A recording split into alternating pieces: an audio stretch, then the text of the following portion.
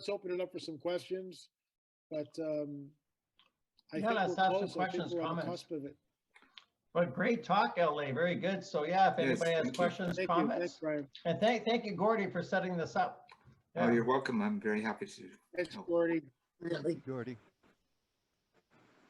Thank you, LA. You did an excellent job here of what you do. Thanks, Steve. And yeah, I've been listening to you since you ever started on any of the talk shows. I'm one of those individuals that I was sort of a unique person in that my parents were experiencers.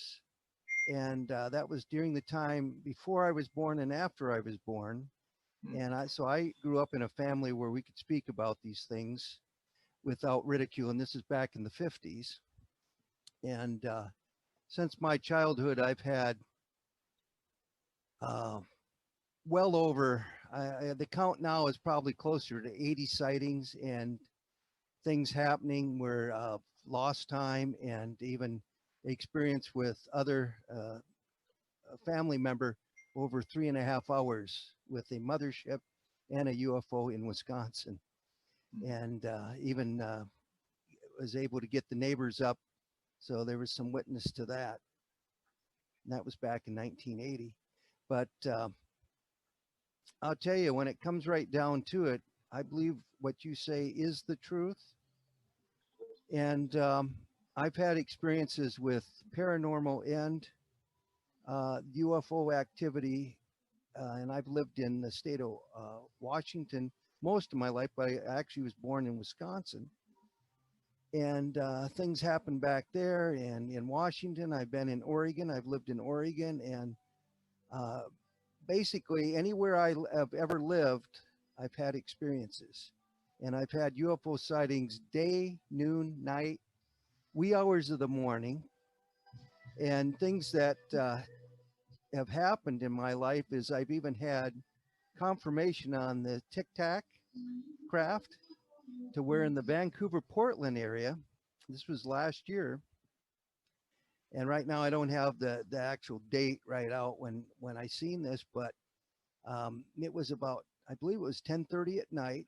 And I live north of Vancouver a ways in Vancouver, Washington, a place called Hazeldale. And I live in an area where the sky's open, so I can see just about anything that's coming in north, south, east, and west. But because I've had experiences through the years and have had things taken from me, such as scoops and things that way, and beings that have shown themselves in different forms and portals open up. Anyway, I happened to just go outdoors where I live, and I looked up in the sky, and I felt this energy. And I told him right out, I said, I know you're up there. And all of a sudden, this big flash happens, a big white, bluish white flash in the sky. And it goes off to actually to the outer atmosphere of the Earth. And it had to be a huge craft, and it looked just like a Tic Tac. And I don't take any kind of medications, and I don't drink. And I was full faculties, meaning that well awake. And many times when I've had sightings and things happen to me, even in the middle of the night, I pinch myself knowing that I'm awake and seeing what I see and experiencing what I'm experiencing. So there's a confirmation. And when that Tic Tac went to the outer atmosphere, it was like, if you've ever seen how these portals open up, it was like a big portal opened up, and then I see this big white, I mean, that ship was huge, this bright white ship, and go right out, and then it just closed. So that's confirmation, you know. And the sad thing is, about times I've had cameras, I can never seem, time I get the camera, it goes away, whatever I'm looking at, or I take a picture and the camera freezes up.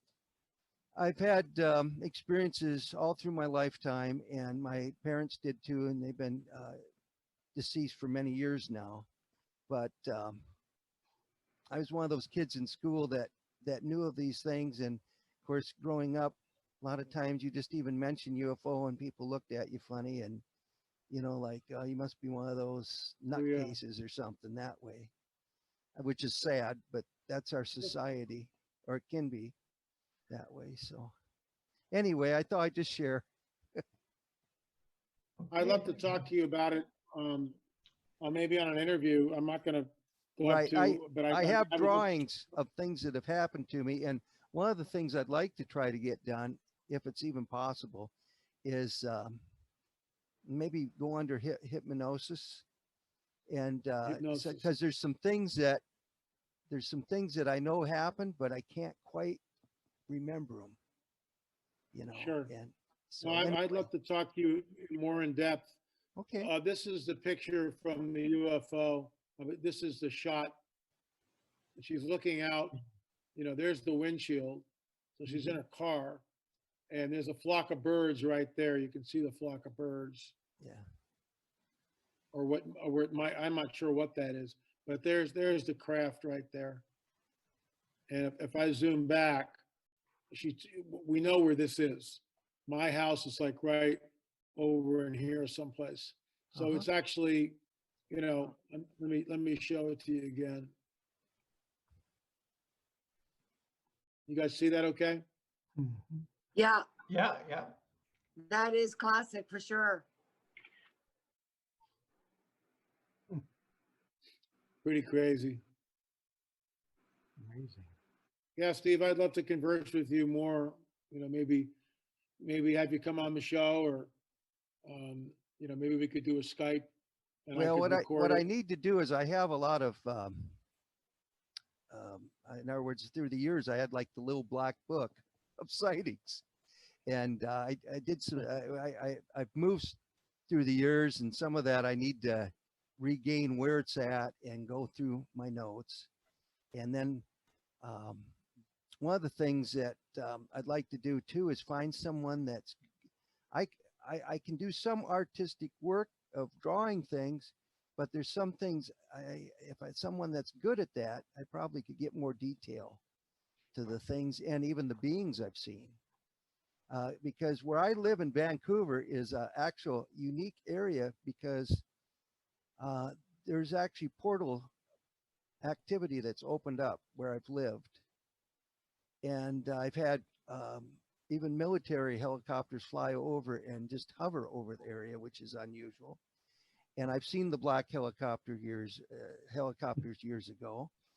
And I've seen the orbs, all different shapes and sizes.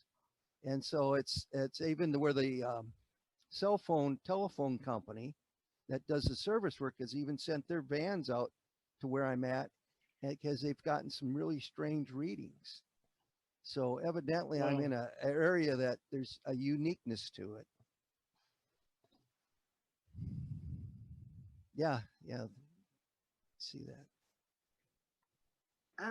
LA, this is Mimi here. I wanted to ask you a couple of questions. I know that you've done a lot of work on the bloodlines, the Nephilim bloodlines, the Anakim and all the different ones. Well, I was abducted when I was 14 by these beings that now I believe were sort of in the Noah family with white hair and long white hair and these shining faces that shone like the sun. That's basically what happened. I wasn't able to see their faces because they were so bright. But you know, over the years, I've reconsidered what kind of light beings they are. I mean, you know, angels are light beings. Even fallen angels are light beings. Even Lucifer. So anyway, I'm very interested in the Nephilim bloodline. If you could talk a little bit about that, that would really help me a lot in trying to figure out maybe who these people were that picked me up. Well, you know, that's we're all of us are looking for answers. I mean, I have my idea. You know, who, you know, it depends on who you talk to. I mean, if we sat down with just a group that we'd have here, we'd have some people that would agree with me. I think Gordy and I are on the same page. but others would have different opinions of what these things are, what they are. Um, I would defer to Al Matthews, who had an encounter with a hybrid, and Al became the centerpiece of my film. UFOs are real, in their own words. Al had an encounter with a hybrid being, and I've talked to other people since then that have had encounters with hybrid entities, and they seem, even Graham Hancock talks about that in his book Supernatural, that whoever these entities are, wherever they're from, they seem obsessed with mating, having sex with us, and creating a hybrid being. So you were abducted at 14. That's, that's kind of when it happens, right around puberty. It's almost like, bees to honey. I mean, they're after that. They're after something in your genetic line. The funny thing about that is, well, at least in my memory of the abduction, which took about 3.5 hours, I was missing time about 3.5 hours. Obviously, I mean, I'm 67 now. That was when I was 14. So I've been trying to figure this out for 53 years. So, it's been a lifetime of study, research, and I have changed my ideas about it, because when I was young, I thought, oh, angels, light beings, these, but now I'm moving towards a different point of view, definitely. But there wasn't a sexual aspect to what they did. In my case, what they told me is that I was their descendant, and that my soul originated on Mars. So, if you study the work of Sitchin, he talks about the Gigi from Mars. So then I've been trying to put all this stuff together, and that's the people that I think these were. So then that has to be some kind of a Nephilim bloodline. And I do think that the Nephilim are running this world now, that they are the men of renown, that they are the giants. These guys were about 7 feet tall, with very, very long hands and fingers, but they were not your typical gray alien. They were not like that at all. They really were light beings. But from Mars. So, there has to be there has to be a bloodline that is an Igigi bloodline, and I was just hoping that you could talk a little bit about that to help me personally, Okay. with that idea. Let me just weigh in on it. Yeah, I'm familiar with Sitchin's work, and familiar with, the Anunnaki and the whole deal. But in other words, we can go right down like this. So what people are calling Anunnaki may in fact be just nothing more than another name for fallen angels. I don't believe that such an account is accurate and real. I believe that some parts of it may be, but I believe that what he calls the Anunnaki are in fact fallen angels. And when we say angel, people are, right off the bat, if I say nefarious interdimensional entity, that's a better description, because that's what they are. Angel Right. is just means messenger. That's what it means. It just means messenger. These guys are rebels. They left. They started an uprising. They hate us, and more than likely, you don't know, unless you've been regressed, you don't know whether there was a sexual aspect to it. I would be willing to bet in some sort of regression, you would find that they took ovum from you. They took eggs from you.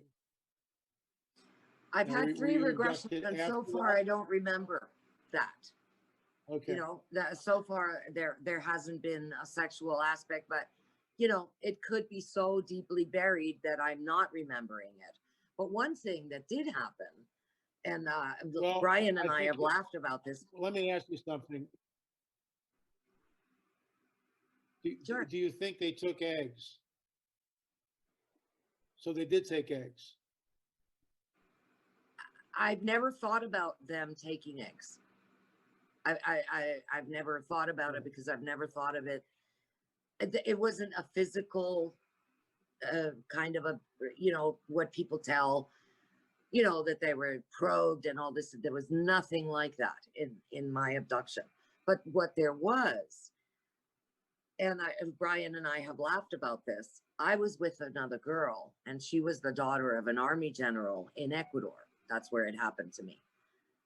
And as we were running, we thought we were running away from the ship. The ship came, we saw it, we thought it was the moon, then it got very, very big. It was like not a mothership, but very big, very bright ship. And as we were running away from it, she said, "Oh, they're gonna get you because they're taking virgins that are under 15." And she was 15 and I was 14. And she was laughing at me as we were running. So that's the only clue as to whether there was some kind of a, that kind of aspect to it. But in all of my was she taken regressions also? there, when I've had my regressions, I don't see her. I don't see her at all in the ship or the conversations or anything. So we were both missing because her family was looking for us for 3.5 hours. Obviously she was somewhere, but in my memory of it, we were not together in the ship. They gave me, environmental things about the Earth, and they showed me the destruction of Mars. And it was that kind of thing. Get my email from Brian and send me your address, and I'll send you this book for free. Okay, I just sent it to you. So okay, thank you so much, LA. Thank you. Send me, get my email from Brian. Shoot me your address. We'll get this out to you. I think it's important that you read that. Okay. And then if you've got questions at that point. Well, I'm in Mexico at the moment. I don't know how much longer because, the draconian laws are starting to happen in Canada and they're asking people to come home. So I may have to go home early rather than in April this year. I don't know yet what's going to happen, but I'm close to Puerto Vallarta What part of right Mexico now. are you in? Pardon? Puerto Vallarta, yeah. North of Puerto Vallarta, yeah. And that's why I'm all hot and sweaty, because it is hot. It's warm here. It's nice. But I may have to go home, and it's sad, but Canada is saying, the travel advisory is that the airplanes might stop coming and you might get stuck there for a long time. So I'm having to reconsider whether I want to stay or not. But yeah, but you could send it to my house because eventually I'll go home. Okay, what about Rolf? Did you have a question, Rolf? Maybe, yes. You were mentioning the elongated skulls. And I've seen, before it became fashionable, maybe some 20 years ago, some skulls, elongated skulls in Ica. But a lot of people are talking about binding the heads. Now, I know some other culture was binding something, but that was to make it smaller. So why would binding a head create more bone and elongate? What is your thought? Give me a second. I've actually had Brian Forrester on my show about that. He's like one of the world experts. He lives in Peru, and he said the brain capacity is 30% longer, so it wasn't elongated through binding. Right. This is a model of the skull. It's a one-to-one model, and we show this. I just produced a new film. It's episode 6, and I'm a trail of a Nephilim series. I believe what you're looking at here, and I'll be on Coast to Coast talking about this next week, is not human. It is not a human being. It's, and I would even go far as to say that this, Brian, can you switch me to full screen? Because I'm just seeing myself in one little. Well, you're full screen when you talk. It's automatically goes to full Okay, screen. all right. So when you look right there and you look at the orbits in the eyes, they are 30% larger than a normal human being. Now, you can bind your head to your blue in the face, and you're not going to create this. You're not going to take the placement of the foramen magnum, which is right here. Normally that would sit in this area. It's pushed way back to the posterior part of the skull. There's no sagittal suture in the skull here. The pupillary distance between the eyes, which is like right here, okay, is about 42. It's centimeters. Centimeters are, I never can do. When people go centimeters, it drives me nuts. Which is the smaller, millimeter or centimeter? Millimeter is smaller. Yeah, It's it's tenths. 10 Okay. millimeters is So- 1 centimeter. Yeah. Yeah, Okay. 10 to 1. These are And- about 40. The 1 inch pupillary is about- distance here. Yeah, 1 inch is about 25 Yeah. millimeters. Okay. The pupillary distance here is about 42 millimeters. On a normal human being, it's about 65 millimeters, Right. between 62 and 65. So we've got genetic anomalies in these skulls. The fact that this is 30% larger, the orbits, than a normal human being, they probably had night vision, according to the optometrist that we interviewed. Now, it's not conclusive because, we need more and more people to weigh in on it. We're at the point where the universities will not take my money. In other words, they won't do any more DNA testing. We've got a whole other batch of samples where we could send in. We can't find a lab who will touch them. Once we talk about Peruvian mummies, they don't have anything to do with us. So we got blown out of the water, which is absolute discriminatory. I'm going to tell this on Coast next week, but in my opinion, and when you watch the film, you'll come away with the same thing. These are not human beings. These are some sort of genetic anomaly, some sort of a hybrid entity. What's interesting is there is one of the Nephilim tribes that one of them is called the Anakim, which means long neck. And in order to balance the head, because of the placement of the foramen magnum, where it actually is, you'd have to have a longer neck. Otherwise, and the doctors talk about this in the film. This guy would be looking down like this because of the placement of the foramen magnum. But you put a longer neck on him, and it's going to compensate for the fact that the foramen magnum is all the way in the back. You cannot create this, and I'm quoting one of our chiropractors in the film, Dr. Malcolm Warren, you cannot create this through pressure, through cranial deformation. In fact, we went up to Vancouver 2 years ago, and we interviewed a woman whose grandfather had been presented with an elongated skull from a Native American chief up there. And once we took it out, we photographed it. The difference between that skull and this skull was just glaring.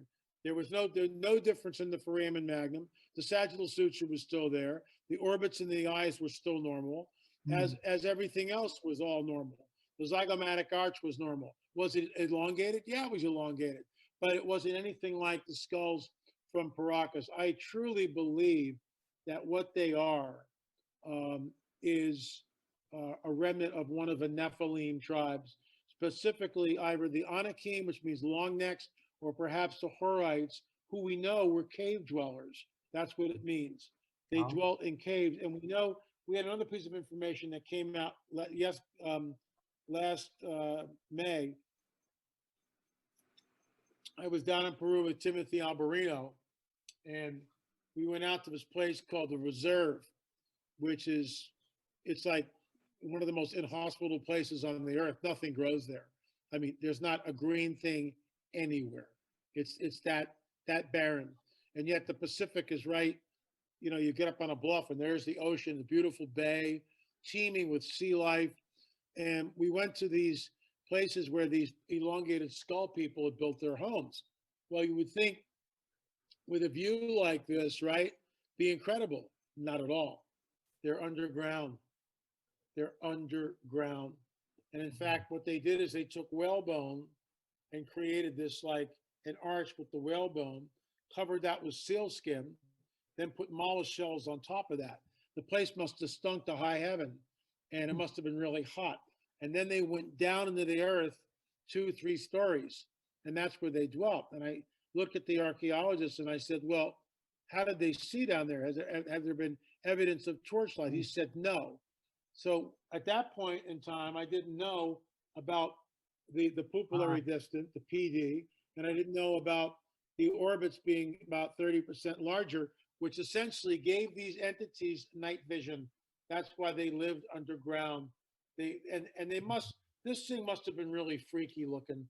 When you go to the Julio Teo Museum and you see these goofy portrayals of these elongated skulls, and they have all these head wrappings, and they have blue skin that they painted on, and they look like a bunch of white people. It's so disingenuous. It's just unbelievable, utterly disingenuous. So that's my take on the elongated skulls. Do we have any bones, other bones that go with the skulls? Like, Do we have any what? The body? Is that? Yeah, the rest of the body, yeah. We don't have that? There are, but the Peruvian people, I've seen several skeletons. Yeah, they're not giants, but and this is why when you go down to Peru, everything goes to a complete stop. Nothing happens. They're really not interested in having anything happen. They were interested in our DNA result, which showed that we did 58 samples.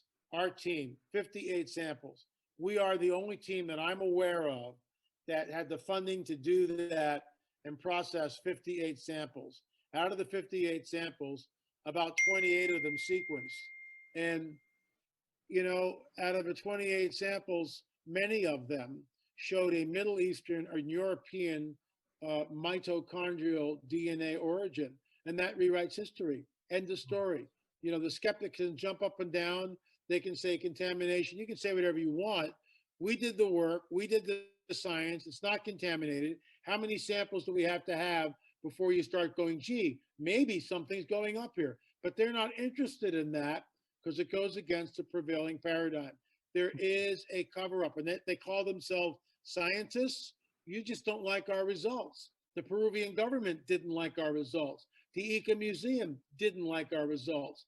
The labs that we use in America didn't like our results. The only lab that will process our stuff is the Paleo DNA lab in Canada. Bully for them. They're the only people, but they don't have the sophisticated equipment to get nuclear DNA. So we could run the samples again with them, but it's not going to do anything. It's not going to give us the nuclear, and that's what we're trying to find out, what the nuclear DNA says. Right. Okay, on another. I have one little question about that. I had to get up, so I didn't hear. I wanted to know in your DNA samples if you found any DNA that's not human in those skulls. No, we never got the nuclear DNA, and that's the missing half of the equation. That's the I mean, nuclear. these Okay. artifacts are, these artifacts are about 2,000 years old, and they're highly degraded, and even coaxing mitochondrial DNA out of them proved to be quite a task. But it could be done, but you know, it costs money, funds, and you got to have a lab that's willing to do it. And there are no labs that we can find that will test our stuff. We are officially anathema. So much for science, right? Well, Hey guys, I gotta go. It's getting late here. It's almost 9:30. Let's wind it down in another 5 minutes, okay? Oh, can I ask you one question, Alabe? And we have a local abductee here, Jeff Selver. We've done like 14 hours of videos with him. He's been abducted over 20 times since the 1990s, and he's had a good relationship with this gray. He calls it elder, and he says that they told him a lot, and he's developed a good relationship. And he said, you know, they came to Earth and they approached the human leadership, and the human leadership basically rejected them. So he said, well, we can't do it this way, we'll do it our way. They want to help humanity. So he said the whole abduction program is part of this. And he said what he was told about the abduction program, they're trying to up-level humanity genetically and spiritually, that they have quite a lot of spiritual insight, and they want to bring us up spiritually. And he was introduced to this Federation of Planets. He met one Palladian, like a tall Nordic, and he actually met a mantis, and he's got his gray elder. So he feels quite positive about it, and they spiritually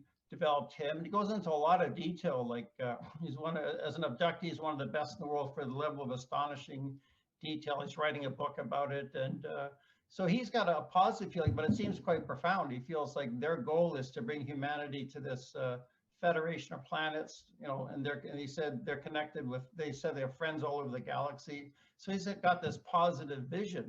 Like we know that the Greys lie to people, but he's been with them since the early 1990s. He's developed a good, trustful relationship. So until I met Jeff, I didn't know, but now I'm quite convinced that he spent over 10 hours with him one-on-one. I believe his experience is for real. So he's kind of convinced me at least, and he hasn't seen any reptilians. Like I know Al Matthews, I had a class in 2009 at the US, and that's when the US school where I first met Al Matthews, and he joined our UFO meetup. But he was approached basically by a reptilian, like her eyes shifted, the woman who jumped on him. So, but Jeff's never had a problem with any reptilians. He's never seen a reptilian. So I guess he's been lucky. We've met abductees who've had negative experiences. Jeff says has been good. Yeah, so I just want to get your comment, at least share that with you. We've got on our Vancouver UFO meetup, we got 14 hours of videos from on the Vancouver UFO YouTube channel. Look, I've talked to abductees, and I've heard this over and over again. I've heard this from other abductees, that they're chosen, they're taken, and the same thing. We're trying to bring, and I've been saying this for years. This is called the coming great deception. That's exactly how they're going to count it. We're gonna give you a DNA upgrade, and we're going to show you an advanced form of spiritualism. I've been saying this for 30, 40 years now. They're not going to come and go, "Hi, I'm the Antichrist." That's not what they're going to do. You don't win a bunch of people over that way. You tell them that we've got a DNA upgrade. We were your creators. We created all life on this earth. We have a special mission for you, which what they always do. You're chosen. We have a special mission for you. You're above, and they always feed the ego, and people just suck it up. And in the end game, the one woman I was able to get out of it, she heard me on Coast one night. She emailed me, and I just told her straight, this is what's going on. And the light bulb went off somehow. Somehow the light bulb went off, and she got it. She saw through the deception. And, she just, and even after I haven't spoken to her in years, but even though she got out of it, like Al Matthews, she could still sense when they were around. She knew, because she'd been taken so many times. There was a relationship. If I met with your friend Brian, I would, and I mean, I'd be able to, I don't know, I'd not sway him over to my point of view, but I could say, look, and next time you're taken, just ask them this. Just ask them this one simple question and see how they react to it. So Ralph, what's your question? Well, it's not as much a question. Well, it's a huge question, but I just tell you that I had several UFO sightings over my lifetime, but the last one, I shot down 2 UFOs in Vancouver here. Do you want to hear the story? Do you have time, or do you want me to email it to you? I'd love to have you email it so I could just read it. When you shot them down, were you able to collect any of the material? No, I think it fell into the ocean between Vancouver and North Vancouver, both of them. While one was stationary, the second one tried to run away, but I got him anyway. And I got him with what many people are using, trying to attract UFOs, which is a laser. Oh, very interesting. Well, just yeah, quickly. please send me the email. Guys, I gotta go. It's getting late here, Yeah, but, well, thanks you for coming, so Elaine. Thank you much. kindly. Yeah, thank you. Thank you so Yeah. much for being with us. Thanks a Yeah. lot. thank you. And Yeah, I the enjoyed, UFO Thank you, disclosure part LA. was very good. Yeah, thanks for the aspects of UFO disclosure. This is a very good talk. Really appreciate it, LA. You're welcome back anytime. and I enjoyed Okay, your guys, visit. God bless you all. Take care. God bless you. Okay. Thank you. God bless you.